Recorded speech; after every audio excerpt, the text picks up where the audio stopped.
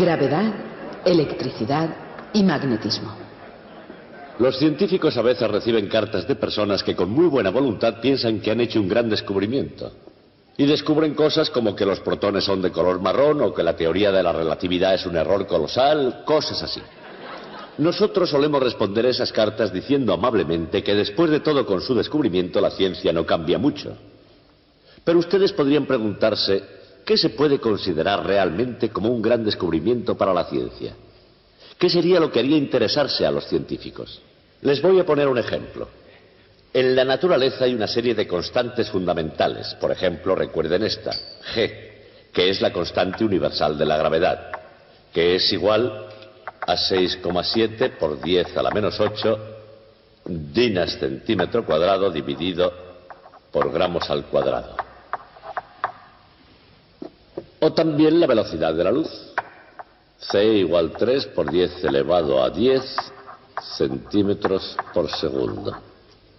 O también la carga eléctrica de un electrón, unidad fundamental de carga eléctrica, E igual a 4,7 por 10 elevado a menos 10 unidades electrostáticas de carga. Estas y otras cantidades parecidas gobiernan completamente la naturaleza del mundo en que vivimos.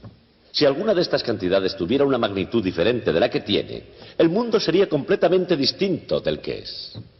Y aún no tenemos idea de por qué alguna de esas cantidades tiene la magnitud que tiene. Pero, de vez en cuando, alguien llega un buen día y descubre que dos cantidades fundamentales que no parecen relacionarse, de hecho sí que están relacionadas entre sí. Que la magnitud de una de ellas es consecuencia de la magnitud de la otra. Cuando eso sucede, se están relacionando dos campos de la física que anteriormente no lo estaban. Y eso siempre es un gran descubrimiento. Hoy me gustaría hablar de un descubrimiento de este tipo.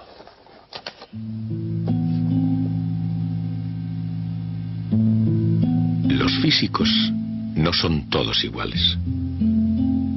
Solo unos pocos tuvieron la visión de un Kepler o de un Faraday, y muy pocos compartirán el premio Nobel de Albert Einstein, menos aún la fama, el destino de Galileo. Ya nunca se volverá a ver el universo con la visión revolucionaria de Copérnico. Y nunca volverá a ver otro Isaac Newton. Pero si la vida y la obra de los físicos famosos se pudieran exponer en una galería de obras de física, enseguida observaríamos que todos ellos tienen algo en común. Sin distinción del tiempo ni del lugar donde viven y trabajan, todos los físicos parecen estar igualmente fascinados por los misterios de la naturaleza.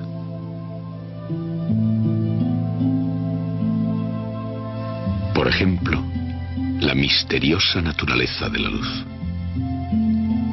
La propia idea de la luz, y especialmente la velocidad de la luz, fue algo tan difícil de comprender como la inimaginable inmensidad del universo. En términos cósmicos, el Sol, una estrella bastante común, está relativamente cerca y su luz llega a la Tierra en unos pocos minutos. Pero desde el espacio más profundo, la luz viaja tanto que su proyecto no se mide ni en minutos ni en horas, sino en años luz. La estrella más próxima a la Tierra, más allá del Sol, se encuentra a 4 años luz de distancia, lo cual significa que desplazándose a 300.000 kilómetros por segundo, la luz de esa estrella tarda 4 años en llegar a la Tierra. Y año tras año, aquí en la Tierra, la cosa más imposible sobre la velocidad de la luz era encontrar un método preciso de medirla. De hecho, durante mucho tiempo, la velocidad de la luz era algo más allá de la capacidad de comprensión. En la antigüedad, los científicos la consideraban como algo infinito, como un fenómeno que viaja instantáneamente desde la fuente hasta el observador. Pero unas cuantas personas comenzaron a sospechar algo diferente.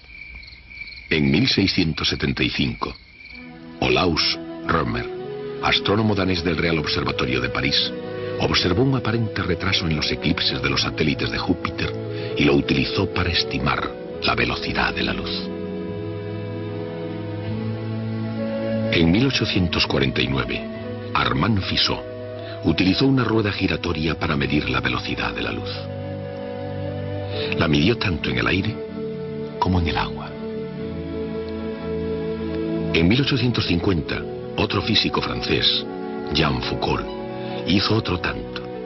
Inventor del giróscopo, Foucault midió la velocidad de la luz con un espejo giratorio. Esos experimentos eran bastante avanzados para aquellos tiempos, y de hecho nadie consiguió nada mejor hasta los años 20. Hasta 1926, para ser exactos.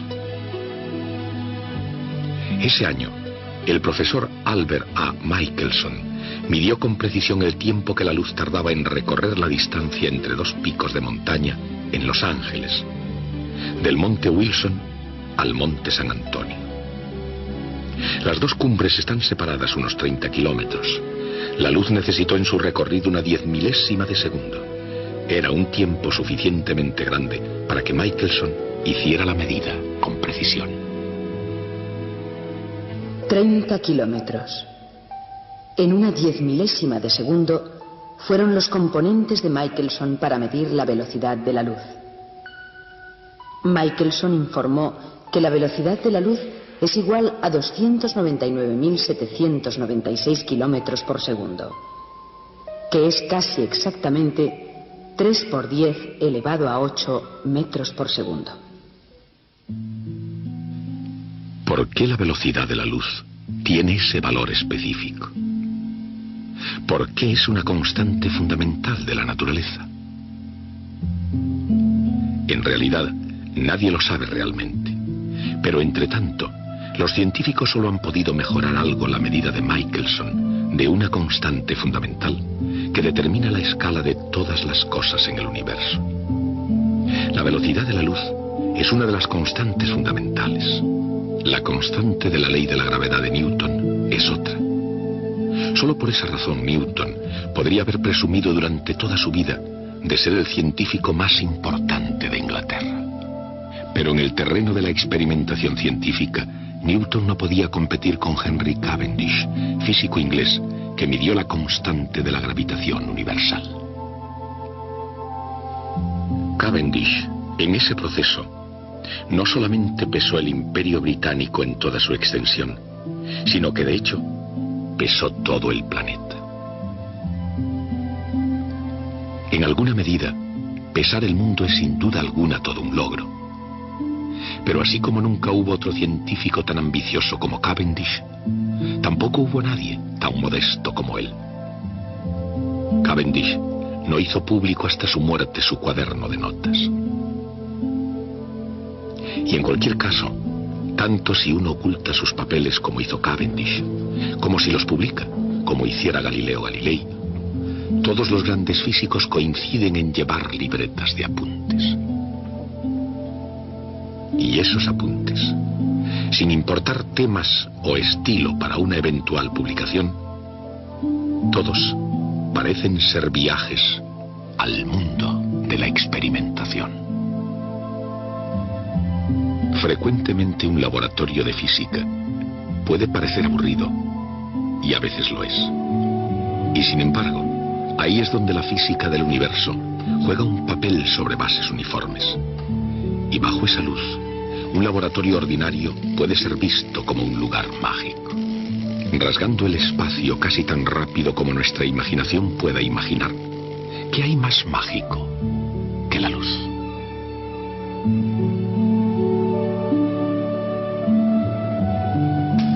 ¿Qué más poderoso que la fuerza bruta de la electricidad? ¿O más persuasivo que la influencia de la gravedad?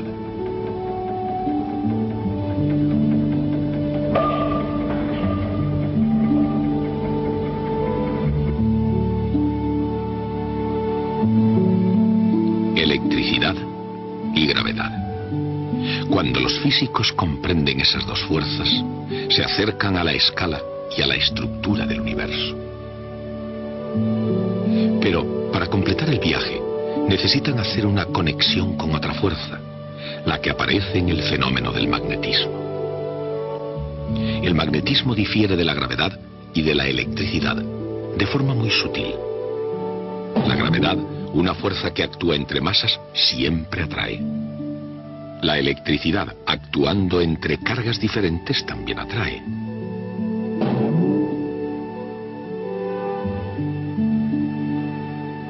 Pero actuando entre cargas del mismo signo, repelerá.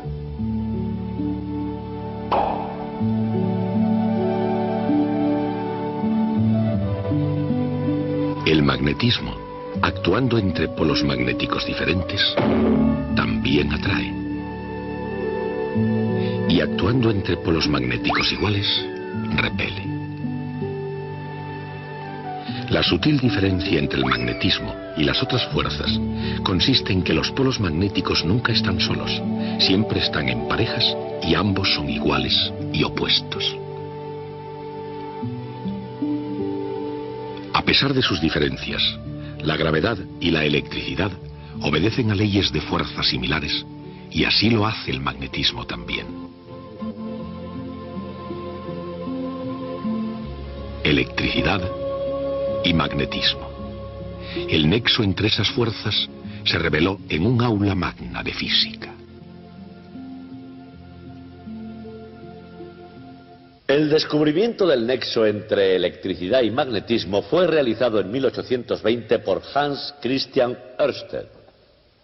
Y cuenta la leyenda que Ørsted hizo su descubrimiento durante una conferencia mientras hacía un experimento por casualidad. Algunas personas no creen que los descubrimientos científicos puedan hacerse así, por casualidad.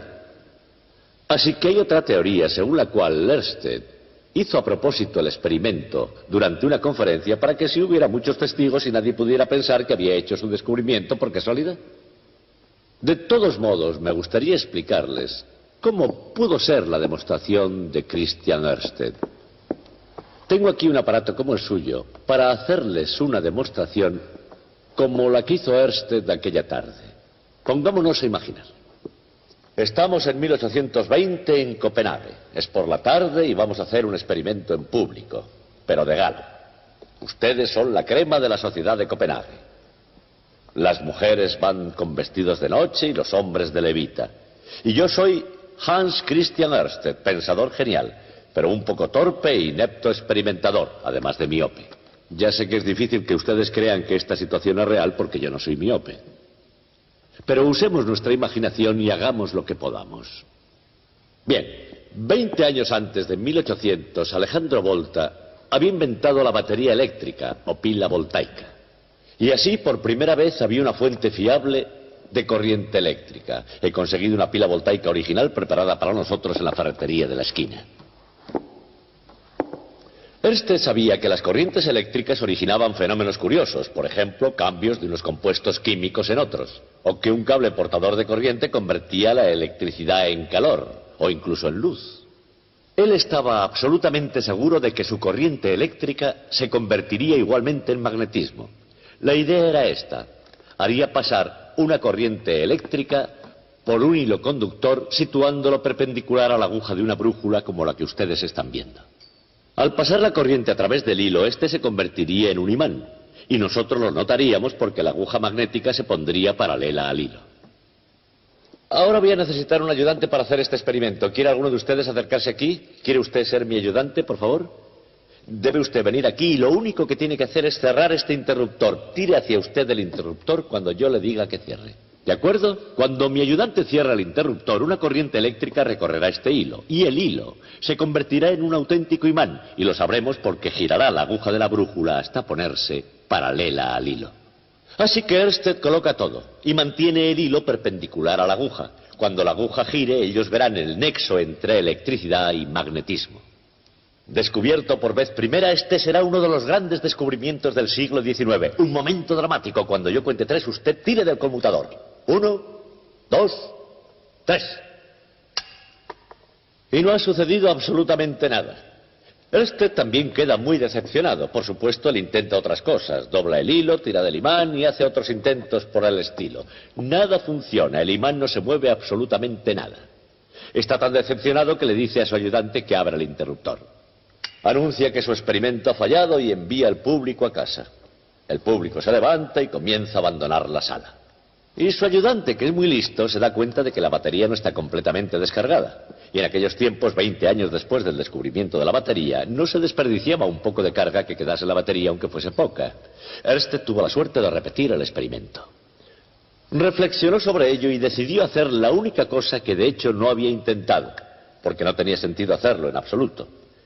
Así que lo que hizo esta vez fue colocar el hilo paralelo a la aguja magnética.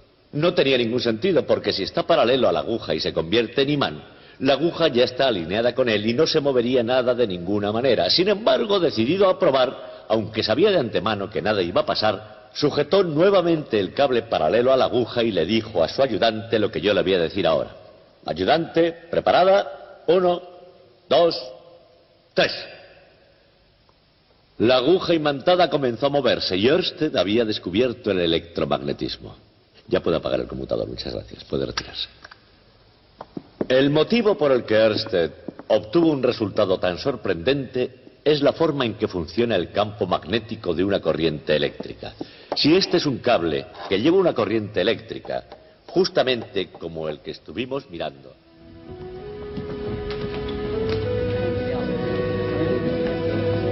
¿Fue así como realmente sucedió? Es difícil de decir. Nadie sabe con seguridad qué fue lo que el auditorio vio o no vio, y durante años corrieron varias versiones diferentes sobre este incidente. Pero el hecho es que Ørsted, torpe o no, en un momento de genialidad, había hecho un descubrimiento.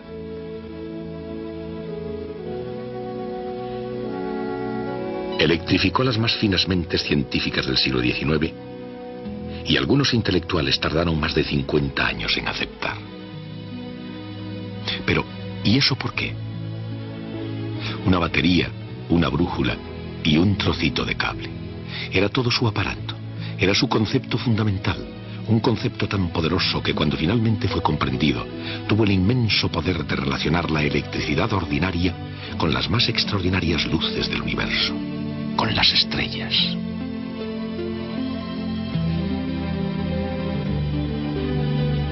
Las estrellas están ligadas unas a otras por la ley de la fuerza gravitatoria.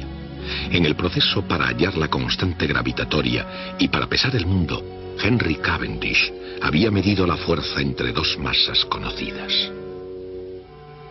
El resultado de la medida es el valor de G en unidades que proceden directamente de la ecuación de la ley de la fuerza de la gravedad. 6,7 por 10 elevado a menos 11 newtons metro cuadrado dividido por kilogramo al cuadrado.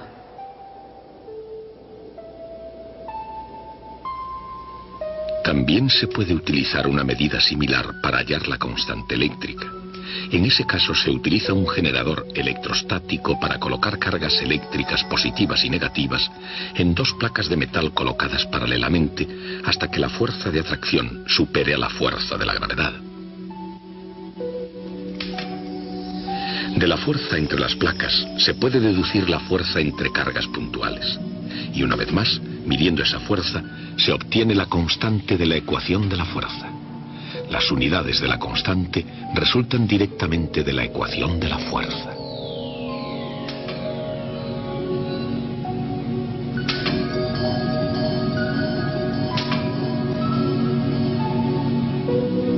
La constante es igual a 9 por 10 elevado a 9 newtons metro cuadrado dividido por coulombio al cuadrado.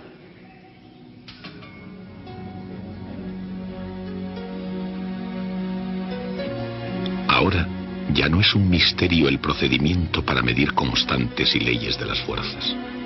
Otra fuerza, como la fuerza magnética, otra medida. Otra constante con unidades a partir de la ley de la fuerza. Tres leyes, tres constantes. Y sin embargo el punto decisivo del descubrimiento de Ørsted es que magnetismo y electricidad no son cosas distintas. Así, la constante magnética se debería encontrar a partir de la fuerza entre corrientes eléctricas. Si la corriente eléctrica fluye por dos barras metálicas, la fuerza magnética entre ellas es suficiente para que se atraigan. Aquí no hay polos magnéticos y la fuerza es proporcional a las dos corrientes medidas en amperios o coulombios por segundo y las longitudes de las dos barras en metros.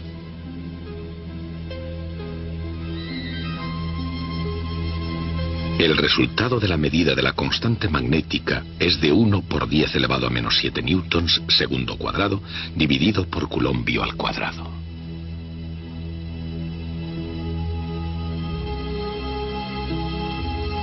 Muchos científicos del siglo XIX se dieron cuenta de la importancia de esas constantes.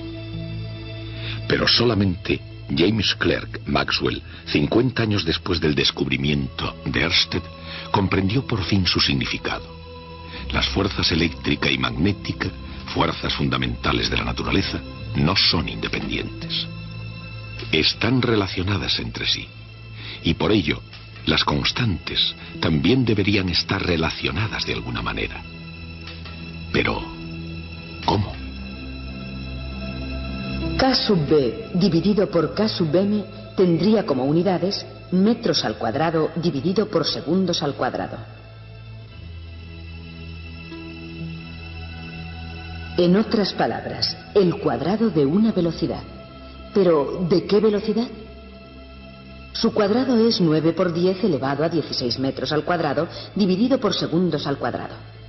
Dividiendo la constante eléctrica por la constante magnética da la velocidad de la luz.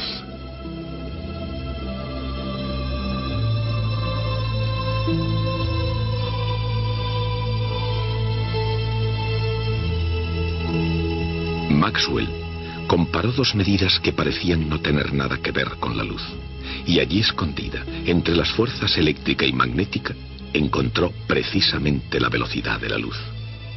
Y ese descubrimiento inspiraría a Maxwell a desarrollar una teoría combinada que unificó los conceptos de electricidad, magnetismo y luz. Sin el descubrimiento de Maxwell, la percepción del mundo hubiera sido increíblemente diferente. Y lo mismo hubiera sucedido con el universo. En una ocasión escuché a un distinguido amigo mío un argumento muy elocuente en nombre de la pura investigación científica, pura en oposición a investigación aplicada, que es la que persigue un fin concreto. Lo que él dijo fue que el gran descubrimiento de James Clerk Maxwell conducía directa e inmediatamente al invento de la radio, luego al de la televisión y a toda la revolución en las comunicaciones a larga distancia que hemos visto se dan por todo el mundo. Y todo eso sucedió no porque Maxwell estuviera intentando descubrir un modo de comunicarse mejor, sino porque estaba pasando el rato con la naturaleza fundamental de la electricidad y el magnetismo. Y dijo que si Maxwell hubiera querido descubrir algo sobre comunicaciones a larga distancia, no habría estado pasando el rato con electricidad y magnetismo, habría estado haciendo experimentos con gigantescos megáfonos, transmisores y cosas así. Es un argumento bastante ingenioso y es correcto. Si volvemos la vista atrás a la historia, a veces esta nos reserva algunas sorpresas, porque la primera gran revolución mundial en comunicaciones a larga distancia tuvo lugar precisamente cuando Maxwell era un hombre joven, y él estaba de hecho muy interesado en las comunicaciones a larga distancia. El telégrafo había sido inventado en 1838 por Samuel Morse, y hasta 1850 el mundo estaba embarcado en una gran aventura tecnológica comparable a nuestra ida a la Luna. Colocar un cable telegráfico a través del Océano Atlántico que reduciría el tiempo de comunicación entre Nueva York y Londres de varias semanas a una fracción de segundo. Se envió un barco que iba desenrollando un cable a través de todo el Atlántico y de pronto en medio del océano el cable se le rompió. Todo había terminado. Bien, el joven James Clerk Maxwell celebró el acontecimiento escribiendo unos cuantos versos que me gustaría leerles a ustedes. El estribillo del poema dice: en el fondo del mar, en el fondo del mar. Por supuesto, siendo Maxwell un científico, no iba a escribir eso cada vez. Él tenía una anotación científica, una anotación algebraica. Escribió U para en el fondo del mar y 2U para en el fondo del mar, en el fondo del mar. Así está escrito. Leamos el poema. En el fondo del mar, No me llega ninguna señal. En el fondo del mar, algo seguramente en el fondo del mar. Algo seguramente ha ido mal. Y el motivo no lo han podido desvelar. Algo ha roto el cable, o se ha estirado demasiado. En el fondo del mar, a lo largo de tantas millas, ¿cómo pudieron ellos ir desenrollando un material tan duradero? Línea, toda flexible, elástica y resistente, en un agua tan fuertemente salada. En el fondo del mar, pronto habrá montones de cables, porque se tenderá un cable y se intentará de nuevo y se solucionarán nuestros negocios de algodón y grano con una línea que nunca irá mal.